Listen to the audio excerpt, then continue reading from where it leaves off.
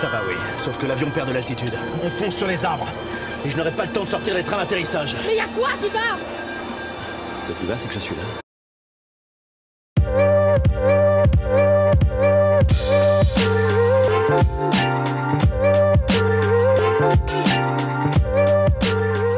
Et bonjour à tous, bienvenue sur la chaîne de l'Examen Crypto. Nous sommes le jeudi 1er août 2024, 7h28. On va faire un point bien sûr sur le Bitcoin, on va regarder les news et les altcoins. On démarre avec cette crypto map dans le rouge malheureusement. Et oui, vous l'avez compris, dès que le Bitcoin chute, tout le marché crypto bien évidemment chute avec lui. Alors, du côté du ratio long short, en plus de ça, on a quand même un ratio qui est vraiment en faveur des shorts. Regardez, 30% de short, 70% de long. Est-ce que la correction est terminée? Pas forcément, je vais vous montrer juste après pourquoi. Du côté de la map de liquidité, on est vraiment pile poil au milieu. Regardez ça, on a des liquidités à venir chercher au nord, on en a aussi au sud. Et nous, on est où? Eh bien, on est pile poil au milieu, statu quo. Donc, on va voir de quel côté on va aller chercher. Soit on va aller chercher ce pic de liquidité ici aux alentours des entre 72 et 80 000 $. Soit on retourne chercher entre les 54 et les 46 000, 45 000 $. C'est une possibilité. Quoi qu'il arrive pour l'instant, statu quo, on est au milieu, balle au centre. Alors, du côté du Crypto Fear and Greed Index, là par contre c'est bien, c'est parfait. On voit que petit à petit, grâce à cette chute, eh bien, du côté de l'euphorie, ça retombe. Et ça, c'est parfait. On le sait, quand on est hyper euphorique sur le marché, en général, on se fait tout le temps punir. Donc là, c'est parfait. On était encore aux alentours des 75 il y a encore quelques jours. On est à 52. Là, ce serait pas mal parce que si le Bitcoin continue de chuter un petit peu, on pourrait retomber peut-être même dans la peur. Donc ça, ce serait juste excellent. Donc on va regarder, bien évidemment, tout ça. Alors, du côté du calendrier macroéconomique, alors hier, je vais revenir dessus bien évidemment, mais on a eu les taux d'intérêt, enfin la décision de la Fed sur les taux d'intérêt. On a eu aussi la conférence de presse du FOMC, donc on va revenir dessus un petit peu plus tard dans la vidéo, bien évidemment, quand on va parler des news. Mais aujourd'hui, on a les inscriptions hebdo au chômage, PMI manufacturier, indice PMI manufacturier de l'ISM, et puis on se dirigera vendredi vers le salaire horaire moyen et la création d'emplois dans le secteur non agricole, ainsi que le taux de chômage de juillet. Donc là, du côté effectivement de la partie macroéconomique, on est plutôt carré. Maintenant, ce qui nous intéresse, nous, ce sont les news crypto. Donc là, effectivement, pour commencer, on voit que du côté des ETF Ethereum Spot, en fait, avant-hier, c'était la première journée qui a clôturé dans le positif. Donc c'est bien, ça commence un petit peu à être prolifique tout ça. On voit aussi que il y avait notre ami Donald Trump qui propose, alors je ne sais pas si c'est réellement, enfin si c'est vrai, j'ai été voir le site internet, mais en fait il propose l'achat de chaussures Trump Bitcoin. Regardez ça, c'est incroyable. Au début, moi je pensais que c'était une image générée par l'intelligence artificielle, et c'est peut-être même le cas, mais quand vous allez sur le site gettrumpsneakers.com, les chaussures sont réellement mises à la vente. Donc c'est quand même assez impressionnant. Bon là, je crois qu'elles étaient en sold out, donc il n'y avait plus de stock derrière. Mais en fait, carrément, il y a des chaussures Trump Bitcoin. Enfin, ça part vraiment dans tous les sens, c'est un peu n'importe quoi. Mais bref, en tout cas, pour ceux qui sont intéressés, sachez que vous pouvez acheter vos chaussures Trump et Bitcoin. Voilà, ça fait son effet pour ceux qui aiment. Bref, donc hier justement, on rentre dans le vif du sujet. Hier, on a eu notre ami Jérôme Powell qui nous a fait donc forcément un petit discours par rapport au taux d'intérêt. Et justement, pendant ce discours, pour résumer, donc il a dit que les chiffres commençaient un petit peu à se stabiliser, que ça commençait à être plutôt pas trop mal, mais qu'en attendant, il fallait attendre encore un petit peu parce que il faut vraiment que la situation se stabilise bien. Donc, grosso modo, pour résumer, il nous a dit que normalement, si ça continue comme ça du côté de la macroéconomie, du côté des US, on pourrait avoir une première réduction des taux d'intérêt dès le mois de septembre. Donc là, encore une fois, sous réserve des évolutions côté US, des évolutions chômage et tout ça, inflation, bien évidemment, tout va avec. Donc, en tout cas, voilà, si tout se passe bien, normalement, septembre, baisse des taux d'intérêt. Vous sentez le truc arriver? On a bien évidemment, depuis plusieurs semaines, dit que pendant l'été, il ne se passe pas grand-chose en général. On attend plutôt la rentrée. On a vu, et on va regarder ça encore tout à l'heure du côté d'analyse technique, qu'on a un énorme pattern qui est en vue hebdomadaire, donc il faut attendre encore plusieurs semaines avant qu'il se valide. Et là, on apprend quoi? On apprend que dès le mois de septembre, on pourrait avoir une première baisse des taux. Est-ce que ça sentirait pas un bon petit début de bull run pour septembre-octobre, tout ça? Eh bien écoutez, en tout cas, si c'est vrai, ça pourrait être effectivement le catalyseur, l'élément déclencheur qui pourrait pourquoi pas commencer à propulser les cours vers le nord et déclencher un début de marché haussier, enfin de seconde partie de marché haussier plutôt. Bref, donc là, du côté des États-Unis toujours, on a donc la sénatrice Cynthia Lummis qui propose une loi intitulée Bitcoin Act of 2024 qui prévoit plusieurs choses.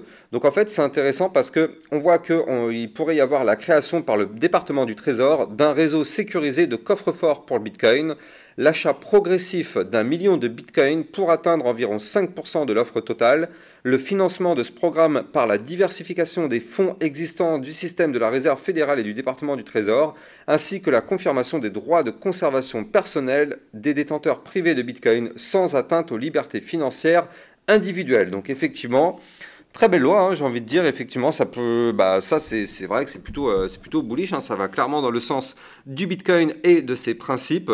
Donc bon, est-ce que ça va être voté, est-ce que ça va être acté? Ça on n'en sait rien, c'est qu'une proposition. Mais en tout cas, effectivement, c'est intéressant de voir que les choses avancent, en tout cas dans ce sens-là. Allez, on va rentrer dans l'analyse technique.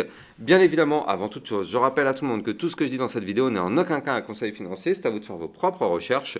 Et n'oubliez pas que le trading de crypto comporte des risques de perte partielle ou majeure.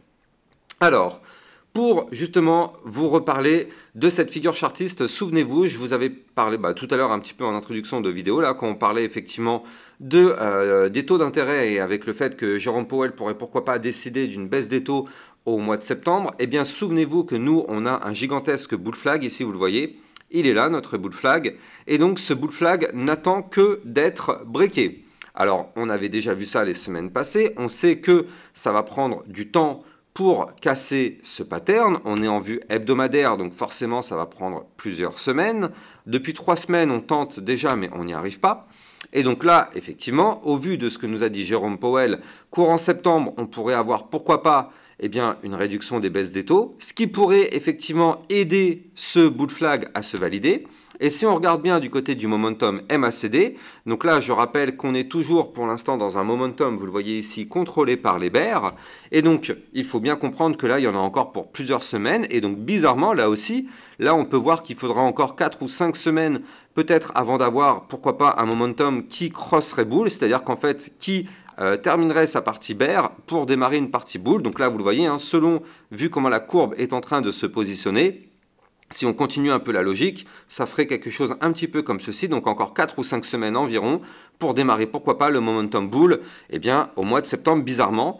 Et on voit aussi du côté du RSI que là, pour l'instant, on est toujours dans la zone de neutralité. On pourrait retomber encore un petit peu. Et si on retombe encore un petit peu, regardez, on pourrait former ici un énorme double bottom du côté du RSI. Donc, vous l'avez compris, clairement, tous les signaux sont en train d'indiquer qu'on pourrait avoir, pourquoi pas, pour le mois de septembre, un début de bull run. Alors, septembre-octobre, hein, bien évidemment. Septembre-octobre, parce que ce ne sera pas directement début septembre, le 1er septembre. Non, il ne faut pas croire ça.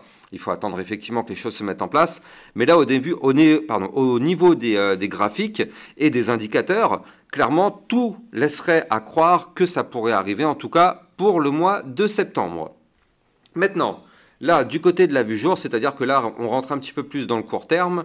Donc, du côté de la vue jour, et oui, on l'avait déjà anticipé sur ma chaîne YouTube, ce, malheureusement, double top. Vous le voyez ici, on avait un premier top, un deuxième top. Je vous avais dit dans mes précédentes vidéos, il ne fallait surtout pas qu'on break ici ce niveau clé qui était là, au 65 344. Je vous avais dit ça, on ne veut pas casser ce niveau clé. Sinon, malheureusement, ça nous propulserait plus bas. Qu'est-ce qu'on a fait? On a cassé ce niveau clé, ça nous a propulsé plus bas. Clair, net et précis, double top, figure chartiste de retournement baissier, on casse, on valide, ici vous le voyez, hier on a validé. Malheureusement, on n'a pas été chercher la target, donc là, pour ceux qui sont un peu plus court terme et qui sont en train de se demander si c'est le bon moment de prendre position sur le Bitcoin ou pas, parce que c'est ça le but de l'analyse technique, hein, c'est d'essayer de détecter les meilleurs moments pour prendre position ou pour en sortir en fait, tout simplement.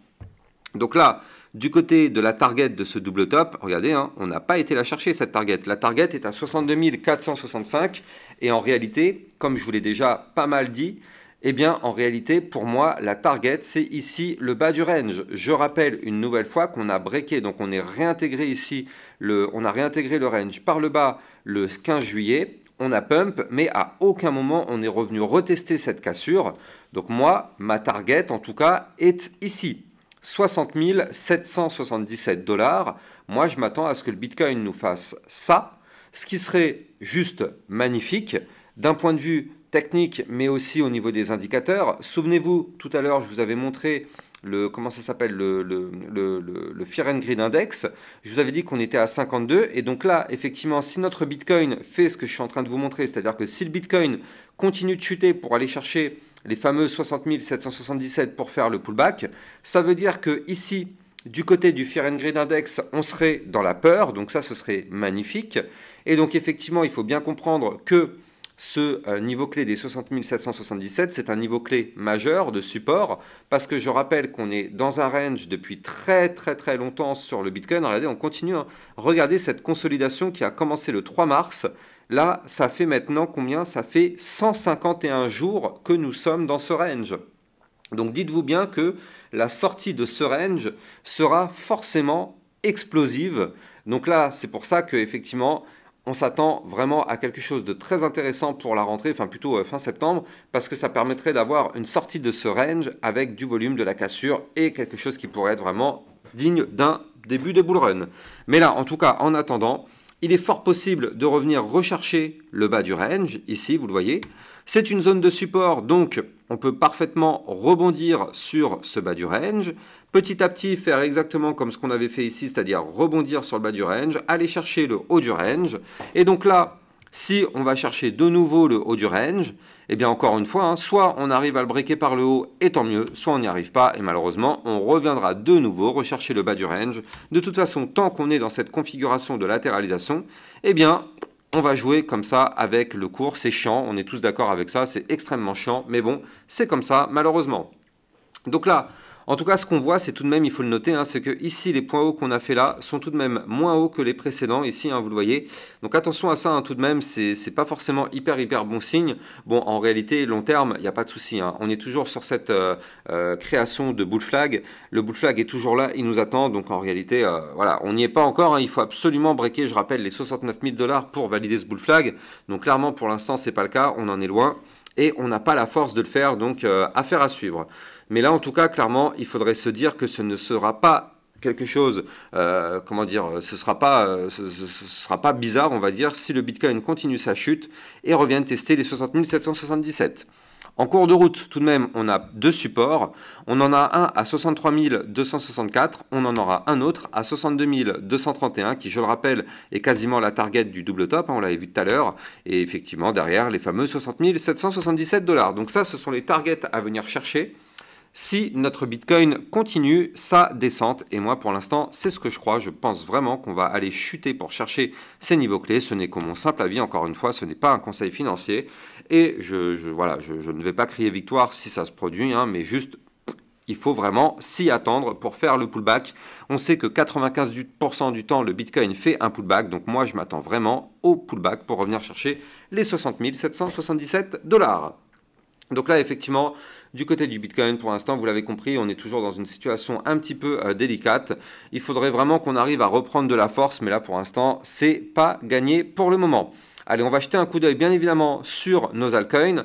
Donc, on va commencer, bien sûr, hein, vous le savez, sur ma chaîne YouTube, on fait toujours l'Ethereum. On fait après aussi, bien évidemment, le Solana, qui sont des cryptos qui sont à suivre vraiment en ce moment. Donc là, du côté de l'Ethereum, aïe, aïe, aïe, aïe, on est en train de breaker, enfin non, on a breaké, on a clôturé sous la ligne malheureusement qui était là, hein, la trendline haussière, vous le voyez. Tant qu'on était au-dessus, bah, tout va bien, on était au-dessus, on était bullish, on rebondit dessus. Là malheureusement, eh bien, on est repassé en dessous, donc là la configuration est un peu plus délicate. On voit tout de même que l'Ethereum est venu chercher ici la moyenne mobile de 100 périodes qui se trouve à 3136 $ et on est juste au-dessus du niveau du bas du range aux 3124 $. Donc là, vous l'avez compris, on arrive sur des zones de support importants ici qu'il ne faut absolument pas breaker. 3124 $, je rappelle, le bas du range, qu'il ne faut pas breaker. Si on casse ce range par le bas, malheureusement, eh bien, on pourrait être propulsé vers les 2900, voire même encore, pourquoi pas, des niveaux clés plus bas, aux 2700 ou encore 2600. Donc, soyons extrêmement prudents. Ce bas du range doit tenir. Malheureusement, si le Bitcoin se met à chuter, on le sait, hein, tout le marché crypto dans son intégralité va chuter avec lui. Avant de continuer, je rappelle que pour trader toute cette volatilité, vous pouvez utiliser mon lien de parrainage Binance qui vous permet de trader sur une plateforme sécurisée vu que Binance est enregistré PSAN auprès de l'AMF et ça vous permet aussi d'avoir un bonus à vie sur vos frais de trading. Donc là, vous avez le lien bien évidemment en description de cette vidéo. Du côté de l'Ethereum, donc vous l'avez compris, on est sur les niveaux clés de support. Alors étant donné que c'est un support, on peut aussi bien évidemment parfaitement rebondir dessus. C'est un support, donc pourquoi pas. On peut rebondir dessus, reprendre de la force, essayer de recasser par le haut la trendline. Et si on arrive à le faire, alors oui, dans ce cas-là, l'Ethereum pourrait reprendre de la force, aller chercher les 4300, voire même les 4467 $, et pourquoi pas le haut du range à 3648. Mais bon, vous l'avez compris, pour l'instant, tout va dépendre intégralement du Bitcoin. C'est lui qu'il faut absolument surveiller parce que tout dépend comme d'habitude du Bitcoin. Et oui, je rappelle, hein, la dominance du Bitcoin, on peut jeter un coup d'œil dessus, qui elle continue d'augmenter. Hein, regardez, du côté de la Bitcoin dominance, on est à 56%. 56% des liquidités vont vers le Bitcoin. Donc vous l'avez compris, il n'y a pas photo. Quand le Bitcoin fait quelque chose, eh bien malheureusement, c'est répercuté sur l'ensemble des altcoins. On fera un point quand même dans les prochains jours sur la Bitcoin dominance parce qu'il y a quand même pas mal de choses à analyser. C'est très intéressant de l'analyser. Donc je pense que je vous ferai une vidéo concernant la Bitcoin dominance. Dites-moi en commentaire si c'est une vidéo qui vous intéresse.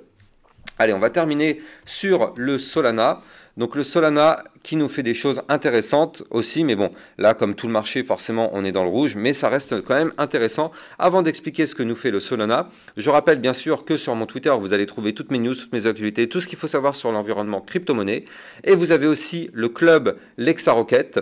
Le club Lexarocket qui vous permet justement d'obtenir encore plus de vidéos que ce que vous pouvez avoir sur YouTube. Hier, on a vu la crypto TRB qui nous a fait un joli petit pump.